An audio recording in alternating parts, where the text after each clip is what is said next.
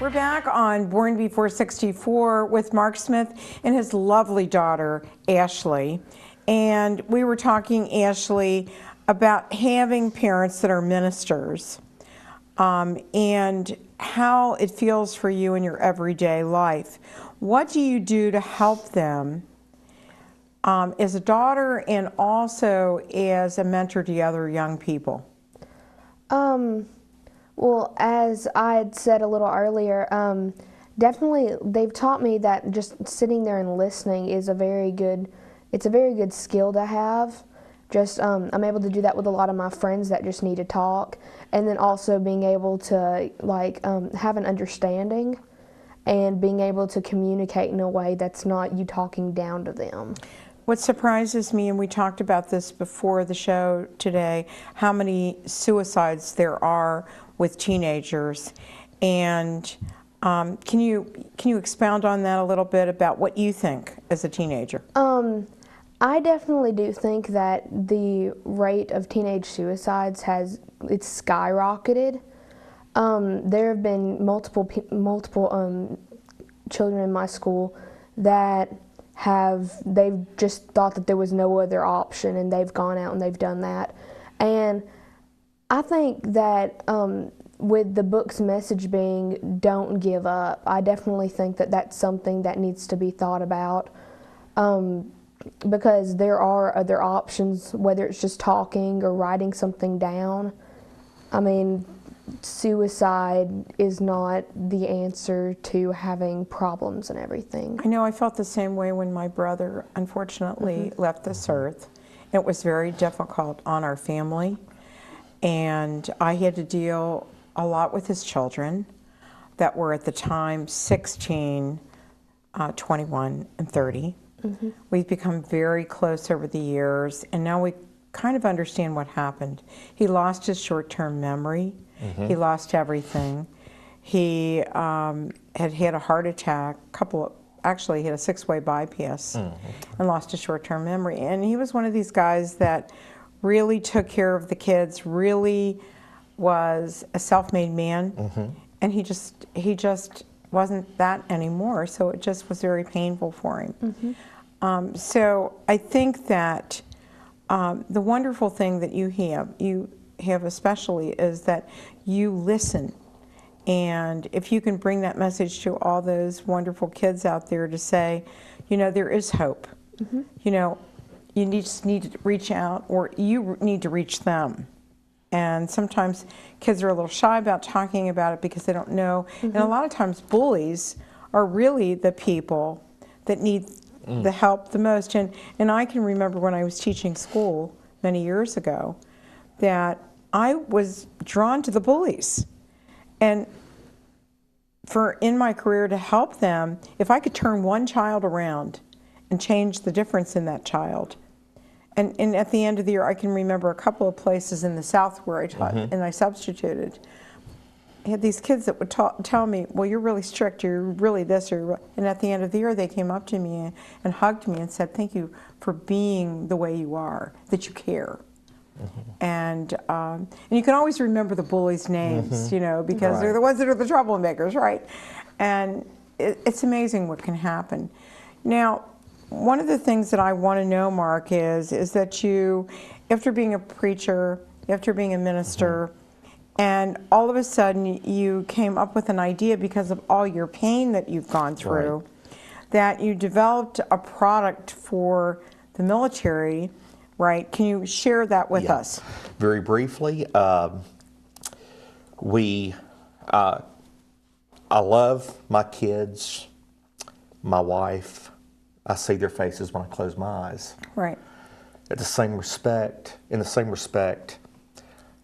I've had to deal with so much pain that from your injuries. Yes, right. I'll always be there. Yeah, and there was a point where I was ready to end it. Right. Talked to a fellow I went to church with. He and I become like brothers. We developed a little circuit because I needed some mobile, programmable heat to go on my back, to go on my knees, all these different areas, just so I could be functional. the right people saw it, and before long we were flown to Capitol Hill. We were approached by the armed forces. We were able to develop a new type of hypothermia system for the armed forces. It tested well. It tested number one. Defense cuts and things halted what we were able to do, but in the same respect, I'm thankful. Number one, it's proof to me that when you feel like you don't have another day left, sometimes God will give you that purpose that you never thought you would have in your life. I mean, Right. it just... It's amazing that God sends messages to us all the time. Goodness. We just got to listen. That's the truth. And Being in Capitol Hill and, you know, Kathryn, it saved my life. That's one of the things when we've talked about the military. There are heroes. And one of the things that I can say right now is if you're in the military, if you've served, whatever the case may be, you don't realize it. But by me being able to develop this equipment, have a purpose in my life when I thought all was lost, the military saved my life in a way when you think about it. right. I think about that.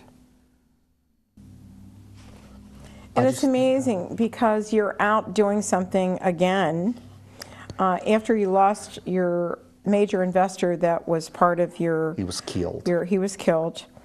That was another moment in your life, but God changed something again and made you move on after that to a program that you're doing today with the military, that you're out visiting them, right?